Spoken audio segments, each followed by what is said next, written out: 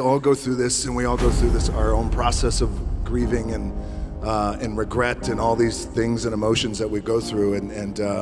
But again, it's the cycle of life, and it's beautiful, it's painful, it's amazing, it's incredible, it's all these things. And I will tell you this, that in this process, I had a very complicated relationship with my dad, and it was really, there was a foundation of tough love with my father, and wasn't a big I love you guy, and as complicated as it was, what gave me great satisfaction at the funeral was to see he was a great friend to so many guys, challenged father, but a great friend to so many people. So he went quick. There wasn't a lot of suffering, thankfully, but I read on Instagram where you'd said you wish you'd had just one more day. Do you think you got all the things said that you wanted to say? No. You did not? No, I did not. But, you know, so that's the tricky thing, I think, as we all go through this and we all lose loved ones, is I think what I've realized in the past couple of weeks is it's good to explore these feelings. I'm feeling a little guilty, and I didn't get a chance to say the things that I wanted to say, or I wish he would have said the things to me as a father, now as a father of 3 daughters, the important critical things that anchor us that I didn't get from him. And it's okay to explore those feelings, but it's also very important to heal, to make sure that we come back to an anchoring foundation of gratitude for what I was able to have with him. Yeah. You know, and so I didn't get a chance to say the things that I wanted to say to him. However, another thing that is important too is, you know, because in death, that's when we can spiral and think, well, I should have done this, and I should have called, and I should have sent more pictures. But we got to realize that the relationship that I had with my dad was a relationship that was appropriate at that time. Absolutely. And so, you know, I often feel that when someone close to you passes, you now have an angel you can call by name. And in spirit, you can feel them in ways that you couldn't in the flesh, and because there's a density to the flesh. And I wonder, have you reached that yet? It's just been recent. Have you reached the point where you can feel like you have that, you know, the spirits unite, they become like one? I love that you said that.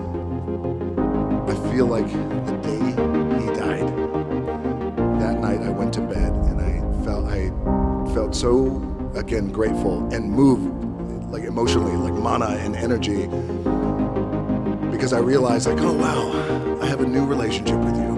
Yeah. In death, I have a new relationship. In spirit, I have a new relationship with you. Clean slate, no regrets, no pain, no anger, no complication, just me and you.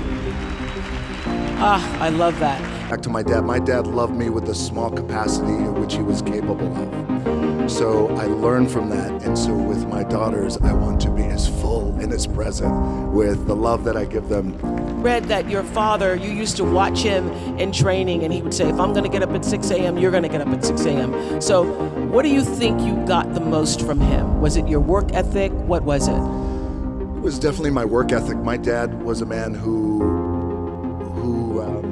against the odds made it, and but he would get up at usually 5:30 in the morning, and he would say, if I get up, you're gonna get up too. He would drag me to the gym, and by the way, I'm 5 years old, and he would drag me to the gym.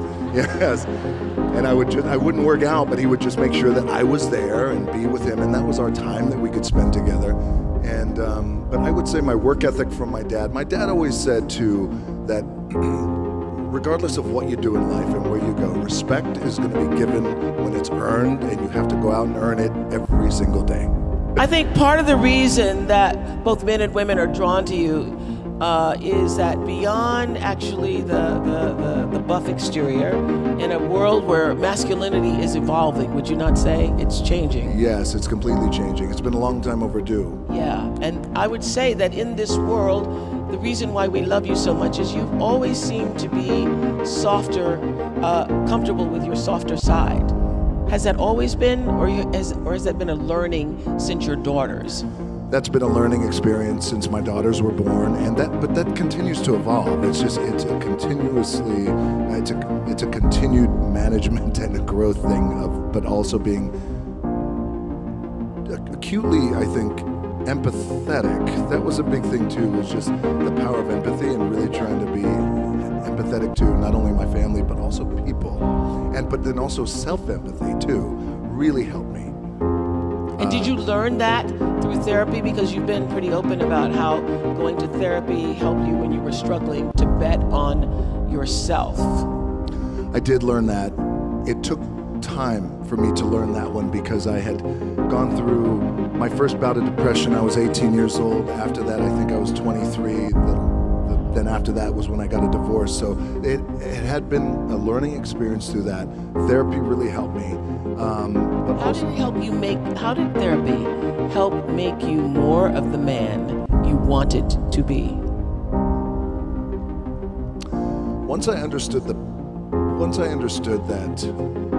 number one, I'm not alone when it comes to mental struggle, and that we all go through it.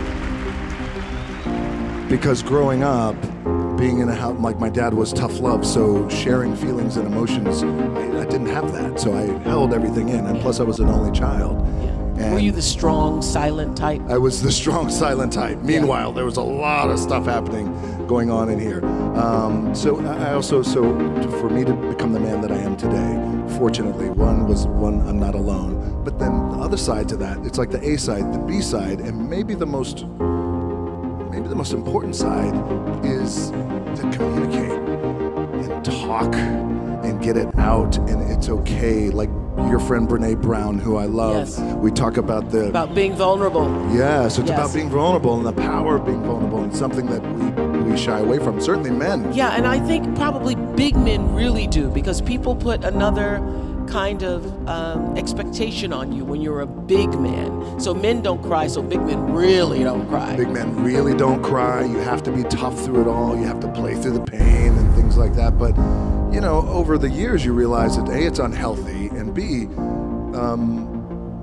it's just not me. I realize that me and the identifying who I am and who I am is I need to talk about this.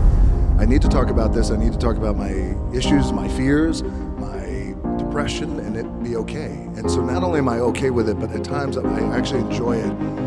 To be able to get it out, especially publicly, and talk publicly too about it, and how important that is too.